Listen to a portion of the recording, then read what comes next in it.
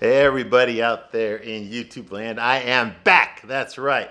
I am back. Diego knows is back to give you a daily dose of some chick flick destruction. That's what I'm going to start calling it, chick flick destruction, okay? I am Diego. I am world famous, as you know, because I reviewed every single episode of Sex and the City and all the movies too. And I reviewed that piece of shit new show, okay? But I'm not going to do that anymore. At least not until the new episodes come out, which hopefully won't be for a while. I know they renewed it. Okay. No, what I wanted to do this time is I had a lot of fun doing the Sex and the City reviews. I got to relive my youth, so to speak. Remember how the technology was back then and how people dressed back then. Just the weird stuff that it was. For those of you kids out there that never experienced it, I mean, you had to have been there. It was just a different time. Well, I'm sure everyone who's middle aged can say that about their youth, but it was a different time, and I was a big fan of the show. But I watched a lot of chick flicks. Now, Sex and the City obviously was the biggest one out of all of them, okay, because that was a weekly show, okay. But I have watched a lot of chick flicks out there, and one of the things that I noticed, okay, was some of them were actually really good, and some of them were just pieces of shit. And some of them, I didn't understand what women were attracted to these guys, and some of them I did understand. So it's just it's a mixed bag, okay. But what I mostly remember about the whole genre of chick flicks is the actresses, okay, and the actors too. Okay, these are not normal people. Okay, they tend to get a stereotype of the type of women that do chick flicks. They're always white. Usually, they're white. They're in their early 30s. They're professionals. They're all college educated, college graduated. They all have they all have professional jobs. They're lawyers or they're or they do something that you have to have a degree to do. Okay, they're an accountant, something. They're a magazine writer, some shit like that. Okay, some bullshit. All right. They're a reporter, that kind of shit. All right, something that you have to have a degree in order to do. Like they never do a chick flick about a woman who's a fucking a nanny or some shit like that. Someone who fucking takes care of kids, or is a maid. Someone who fucking just fucking cleans someone's house all day. They usually don't do chick flicks about that. Okay, it's always like some chick with a respectable career. She's a career woman. She just can't find true love. Oh. That's usually what happens, okay? And the guys that they go out with are like super good looking guys. And they're all fucking professionals too.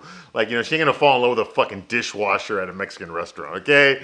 She's gonna fall in love with a fucking, like an ESPN host or some shit like that, okay? That's usually what happens in these chick flicks, all right? But I mostly remember the actors, okay? There's people that have based their entire careers on chick flicks. Like they found their genre, they found their niche, and they went with it, okay? I'm talking about like Julia Roberts, okay? Meg Ryan, okay? Now, not all actresses do chick flicks, okay? But you'll notice something that when all actors, when they first start coming out, they have supporting roles and stuff, and they get noticed, okay? They start getting cast as the lead. They become leading men or leading women, and if they still have life, okay? If the studios still believe in them to keep putting them in movies, usually they're going to try to mix them up, okay? A lot of actors, especially movie stars that are limited to one genre, okay, they try to branch out to different genres. That makes them more marketable. Very few actors succeed in this. There are some that do succeed, like Tom Hanks is a great example. He started off doing comedy, stand-up comedy. He was on a funny sitcom, Boost Some Buddies, which I loved, okay? And when he started making movies like Big and there's a stand-up comedian one he did with Sally Field. Okay, he was doing comedy movies, like bachelor parties, shit like that. And then someone gave him a shot at a drama role, and he nailed it. He did the drama as well, so he transitioned to drama. Next thing you know, they're putting him in everything. Okay, he can do drama, he can do comedy, he can do kids movies, he can do fucking whatever you want. He can voice fucking cartoon characters. He can do whatever you want. Okay, because he's got the talent. He can do serious movies. He can do, whatever you need him to do, he can do it. Okay, but it's because he ventured into different genres. He didn't get pigeonholed as just being a comedic actor. Okay, Meryl Streep's another example. Okay, like she did mostly like dramas and shit. Like Silkwood. When she first came out. And then she branched out into doing other things. As she got older, she started playing like the evil lady, like Devil Wears Prada and shit like that.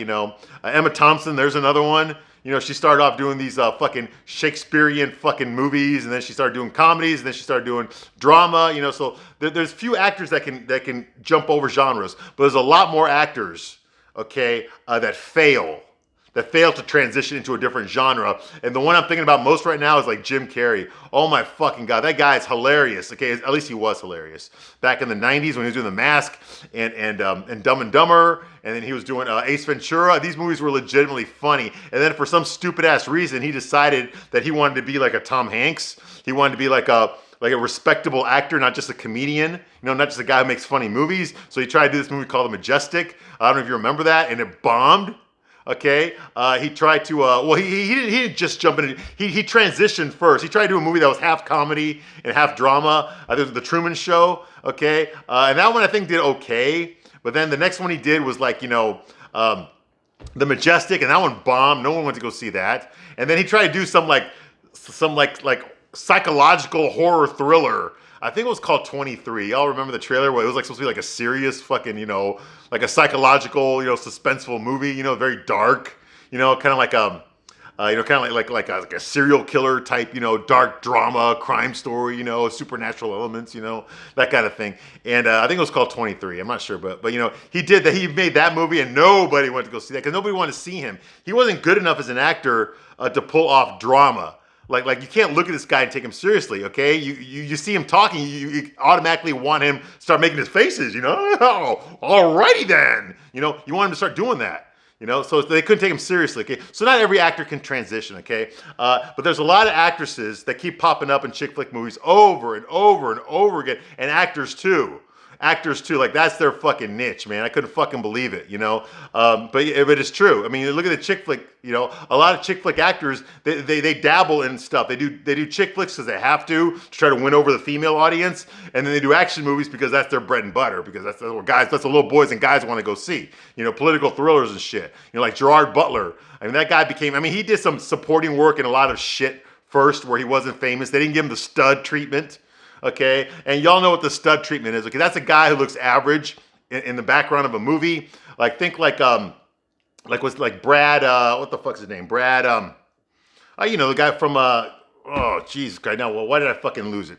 Anyway, think of like someone like Gerard Butler. Okay, for example, he started out being a background character. Like he did this movie with Matthew McConaughey, was like Reign of Fire, which is about dragons that take over the world, and shit. Christian Bale was in it. Okay, he was a background character in that. He got killed off. Okay, he did another movie before that called Timeline, okay, which was a Michael Crichton movie, okay, where all these like college people go back in time, okay, to the medieval times, and he was a minor character in that, but he was there. But what made him notice was 300, which was an action movie, okay, Zack Snyder action movie. So he does that, becomes famous. Next thing you know, he's doing fucking Olympus Has Fallen. He's in all these fucking action movies, and then all of a sudden he dabbles in fucking P.S. I Love You with Hilary Swank, do a chick flick. Okay, I guess it did all right. I never saw that movie, but I'll probably have to watch it now. But I did read the book.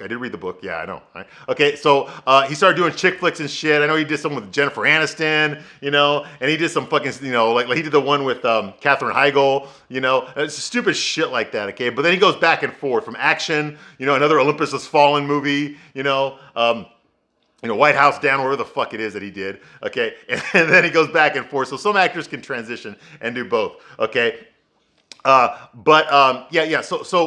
not very many actors can do that, but some of them are pigeonholed, okay? And when I mean pigeonholed, I mean they can't do anything else except chick flicks, okay? I'm talking like Julia Roberts, Meg Ryan, you know, right now they've got, who else?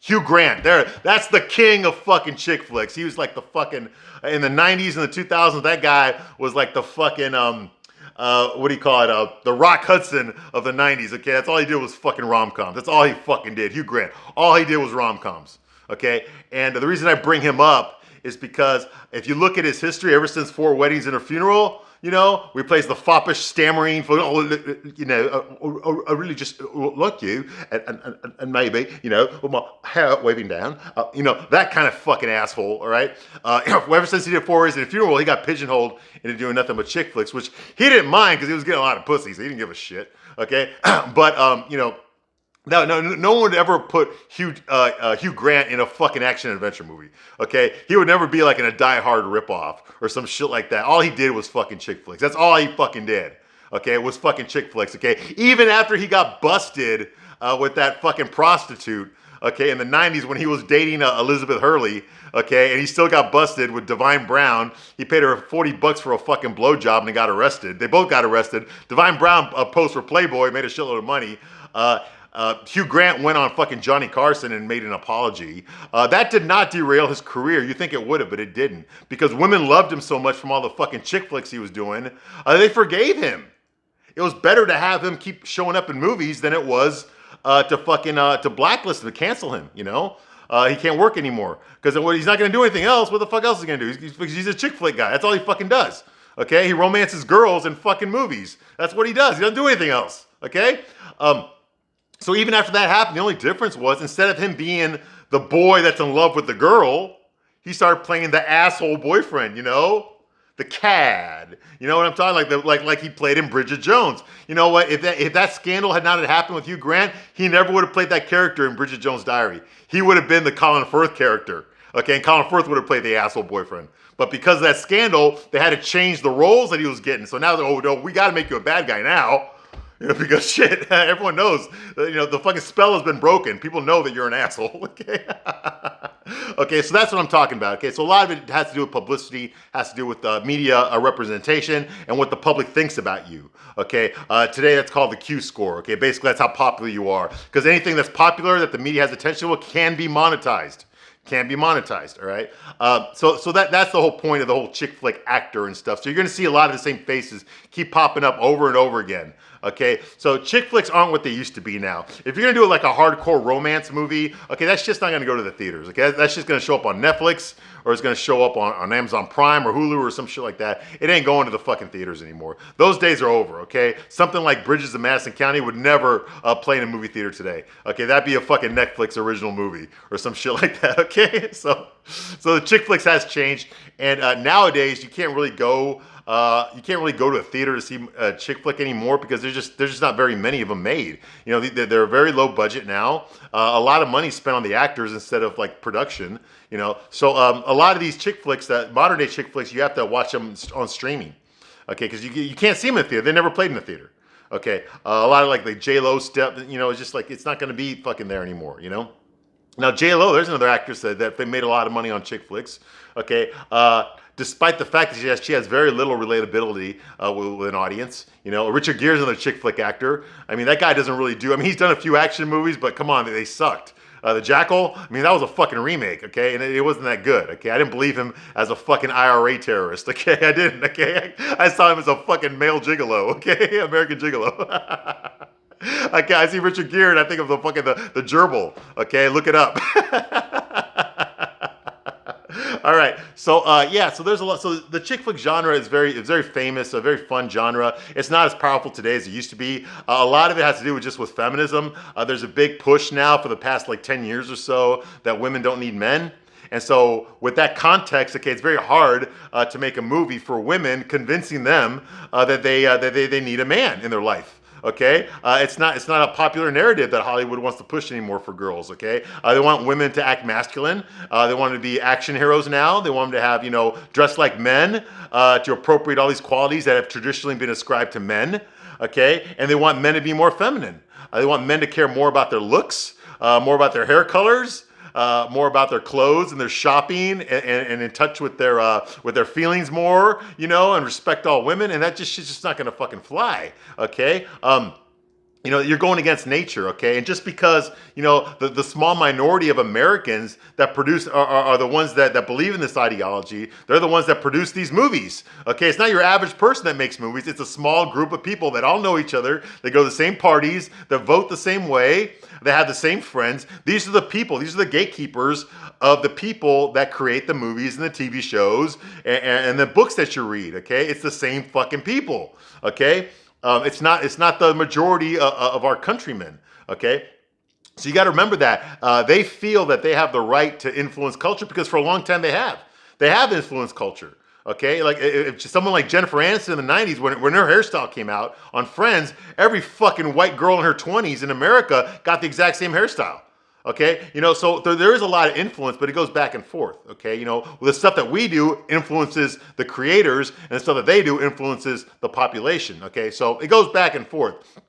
So a lot of chick flicks are dated based on what they think about, what they do, how they dress, what was considered sexy back in the 80s. Today, girls will laugh at that. Okay, but that's just the styles and the fashions and shit like that. A lot of the way people think now. Okay, is a lot different. Okay, but it is a wonderful genre. I have seen a lot of chick flick movies that I actually enjoy. Okay, so what I want to do is I want to take this opportunity to talk about the way I'm talking now, to talk to you about a lot of chick flicks that are out there. Okay, I have not seen all the chick flicks in the world. I'm actually kind of hoping that we can make this collaborative, you and I. I'm kind of hoping that you could write down in the comments that a chick flick that you've seen that you really enjoyed, or one that you've seen that you really fucking hated. Okay, and I would like to fucking take a look at it myself. If I have time to, I'll take a look at it myself. I already got a list of movies I know I'm going to do, okay? And just tell you what I think about it, okay? I give you a straight man's point of view. That's what I'm still going to do, okay? I'm going to watch these fucking chick flicks, and I'm going to tell you whether or not it's believable, whether or not it's bullshit, whether or not it would happen in real life, or whether or not it would not. Now, here's the thing. I'm going to call this series that I'm doing, I'm going to call it Chick Flick Destruction. Okay, Chick Flick Destruction, okay? But there's a twist here, okay? And the twist is this. Not every chick flick that I review is going to be a piece of shit. Okay, I'm going to throw in some chick flicks that I actually loved, that I actually thought were fucking great. Okay, now obviously I've not seen a lot of chick flicks, and like I said, most chick flick material you'd have to fucking watch it on streaming, and I'm not going to do that unless you all request it. Like, hey, you need to watch the fucking Marvelous Mrs. Maisel or some bullshit like that. Like, I would never watch that. What the fuck? I'm not going to watch a piece of shit like that, or The Queen. Because I know she just recently passed away, but apparently there's a show about her on Netflix that I heard about, that girlfriends have told me about, things like that.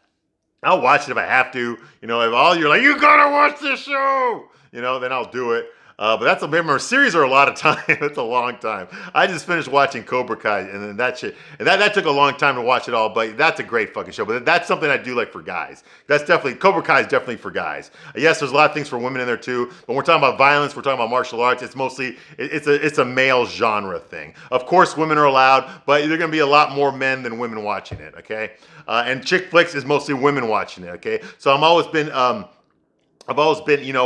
wanting to find out what women think, okay, during these movies, okay, and how they're marketed towards women, and the bullshit, okay, and how they push all these fucking these aspirations and all these responsibilities onto women on how they're supposed to behave and how men are supposed to behave, okay? Fuck all that shit, all right? People need to act the way they feel is right. They need to act the way they want to act, okay? Not feel I have to do this because I saw it in a movie.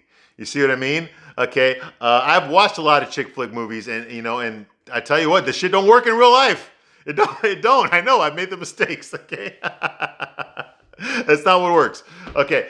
So I'm gonna start reviewing some chick flicks here, and I'm gonna give you a straight man's point of view, and I'm gonna tell you if they suck or not. And hopefully, maybe I can even give you a little bit of education on some of the stuff. I know a lot about Hollywood. It's just a passion of mine. It's a hobby. I like to research Hollywood, Golden Age Hollywood. just stuff that I watch. I'm the kind of person that if I watch a movie and I really enjoyed the movie, I want to know who that actor was. I want to know who wrote that story. I want to know what inspired them to write that story. I want to know the whole creative process. Was it a remake? Did someone else write another version of it? Was it a ripoff of a different movie? What gave them the idea to do this? I'm the kind of person that does those things. So if I'm going to watch a movie, I'm going to give you some backstory behind the movie as well, behind the actors that are involved and the directors, that kind of, because I do that stuff. That's just the kind of person that I am. Okay. And obviously I did that a lot in Sex and the City reviews. Okay. I'm going to do it again here. Okay. So I've already got a list of movies that I'm going to review. Like I said, I'm going to call it Chick Flick Destruction, okay? But some of them I'm actually going to praise. They were pretty good. I can think of several right now that I saw that I thought were fucking good. Okay. Now, I might not still think they're good after I watch them again. Because unfortunately, I have had that happen as well. When you're a younger person, you tend to not notice things as much as when you're older, okay? so I'm probably there'll probably be some movies that I was going to tell you were going to be great, but then actually there were only someone in their fucking only a teenager or someone in their early 20s would have believed that shit. Okay, so yeah, I'll be doing that as well. Okay, but I am very excited. I'm very excited to come back here and start talking about these chick flicks again and destroying them. I'm not going to destroy all of them, like I just said, but I'm going to destroy most of them. Oh yeah, I'm going to destroy a lot of them are pieces of fucking shit. Oh my fucking god. Oh my God, and I'm going to be talking about a lot of stuff. Okay, a lot of different movies, and by chick flicks, I mean chick flicks. I'm going to, there's some movies I'm going to review that you would not think are chick flicks, but they most definitely are. They are, and they are, okay? Because you went to go fucking see them with your girlfriends, even though it wasn't marketed as a chick flick, okay? Yeah, I'm talking Top Gun, okay? Yeah, I'm talking Aquaman, okay? Yes, I went to go see Aquaman. There's fucking all women in there, okay? How many women go to see a fucking superhero movie? I tell you, Jason Momoa fans, that's who, okay? That kind of shit. Yeah, so don't give me that. You know what I'm talking about. You know what I'm fucking talking about, okay? And there are also, I'm also going to do a minor series called Chick Flicks for Men. That's right. That is right. There are actually, not very many, but there are a few chick flicks for men. And what I mean by that is they follow all the same tropes that the chick flicks do, okay, but they have the man as the main character, and you understand what he goes through. Okay, what's it like for a man to date? Okay, you never really get to see that. Okay, mostly these chick flicks will always give you a cartoon character and just go with that. Okay, instead of fleshing out, they always tend to flesh out the female very well, but not the man. The man is just an archetype. He's just like, oh yeah, he's a handsome fucking architect. There you go. That's the guy. That's his whole personality there. No. There's also movies that explore the guy dating from a man's point of view. I can think of several right now. These are what I call chick flicks for men. They go through all the same rules that chick flicks for women go through, but it's only for a guy, okay? And you get to see some of the things that men have to go through, okay? We always see the loser men, okay, that the girls date. Okay, this guy's a loser because of this guy's a loser. And then finally, it's not until the main character falls in love at the end. That's the guy that checks all the boxes, okay? But she's got to go through a lot of losers first before she gets to that guy, okay? Well, guess what, ladies? We go through that too. I know you never see that in a movie, but we actually do go through that as well. There's a lot of loser women out there too that we don't want. Okay, but you never see that because you can't market that to women. They're gonna get offended, or they're gonna get pissed, So you can't do that, okay? But there are a few movies out there that were marketed towards men using chick flick rules that were actually very good because we don't ever get to see that. Okay, we don't ever get to see a romantic comedy for men. We never get to see that. It's a genre specifically for women.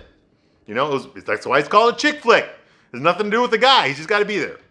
Okay, so there's that I'm going to do. There are a few that are really, really good. Okay, I don't think I've ever seen well, they don't make them for guys, but I don't think I've ever seen a bad one. The ones I've seen are really good, but there's only a few.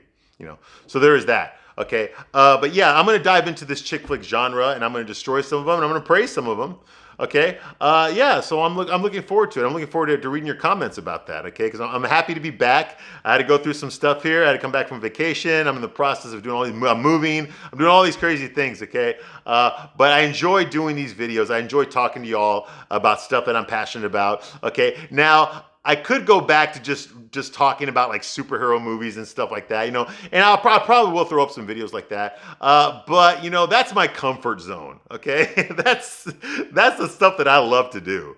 Okay, I'm watching She-Hulk right now. That's a chick flick, so it's really a chick show, but it's not. It's just a fucking piece of shit. Okay, it's just misandry. It's all it is. Okay, and I don't want to talk about that because that's not really something I don't enjoy watching that show. Okay, so I don't really necessarily want to talk about that. But there's a lot of chick flicks out there that I do want to talk about. The genre itself fascinates me because I don't really watch too many of them. I've seen a lot of them. That's because I've been watching movies my whole life. So yes, a lot of chick flicks have passed through my field of vision. Okay, so I'm going to enjoy talking about them, but mostly, I enjoy action movies. I enjoy superhero movies, martial arts movies, things like that. That's the stuff that I'm really passionate about. So what I want to do is give you a straight man's point of view on some of these chick flicks that you love so much.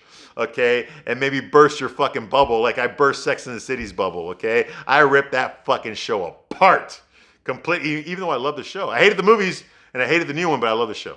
I love the show. I did, and some of these chick flicks I do love. I think are legitimately really good.